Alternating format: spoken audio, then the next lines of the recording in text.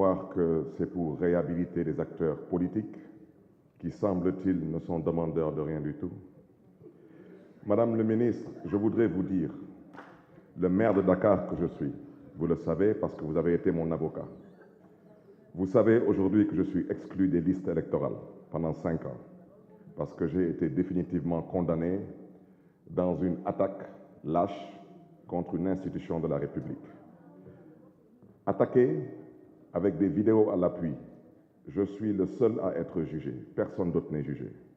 Et aujourd'hui, je suis exclu des listes électorales. Ça veut dire que si l'élection se tient en 2029, je ne peux pas être candidat et je ne peux plus être candidat à la mairie de Dakar. Ça veut dire que si aujourd'hui, on considère que moi qui suis attaqué dans une institution de la République, je n'ai plus le droit de pouvoir compétir parce que j'ai soi-disant été jugé par des magistrats qui se disent être indépendants. Je préfère ne pas commenter parce que je préfère garder mon opinion personnelle. Je pense aujourd'hui, et là je m'adresse au président de la République, qu'on n'a pas besoin d'une loi d'amnistie pour réintégrer les acteurs politiques. Tout ce qu'on a besoin, c'est de modifier quelques articles de la loi électorale. Parce que tout le monde sait que les articles 29, 30 et 57 de la loi électorale ont été des articles à la limite particuliers pour cibler des acteurs politiques et les empêcher de pouvoir être candidats. Donc, je souhaiterais demander au président de la République de bien vouloir reconsidérer sa position. Madame le ministre, je ne partage pas le point de vue de certaines personnes. Je suis un acteur politique, un opposant, j'ai participé à presque toutes les manifestations dites violentes pendant ces 20 dernières années. Je peux vous dire ici que lors de ces dernières manifestations, de mars 2021 à peut-être 2024, j'ai été au cœur de toutes ces manifestations. Aucun leader politique n'a donné d'ordre ou d'instruction pour tuer qui que ce soit dans la rue, policiers comme manifestants. La plupart de ces manifestants, semble-t-il, auraient été tués par balle.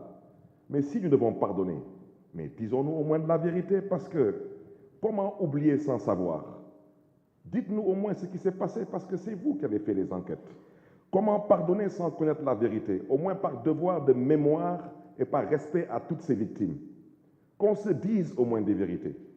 Si le président de la République veut pardonner, le président de la République doit aujourd'hui prendre sur lui, s'il est sincère, la responsabilité de sortir tout le monde de prison et de permettre à tout le monde de participer à des élections.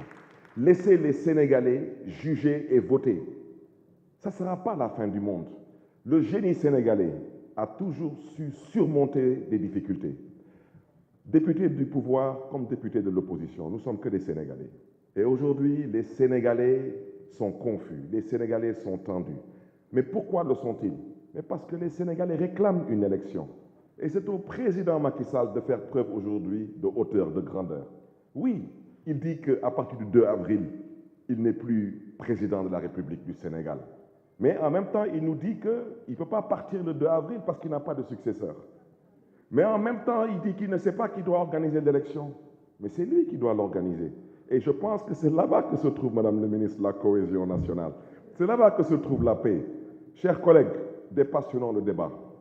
Monsieur le Président de la République, les Sénégalais vous attendent sur une date pour l'élection. Les Sénégalais attendent de vous votre pardon. Libérez les détenus politiques, libérez les prisonniers politiques, libérez les leaders politiques et laissez le soin aux Sénégalais de choisir le prochain président de la République. Que le Sénégal connaisse une fois de plus le charme de la démocratie. Et je sais, Madame le ministre, qu'on saura éventuellement compter sur vous. Je vous remercie. Merci. La parole est à notre collègue Oumar Sissé, suivi de Massata Sambo.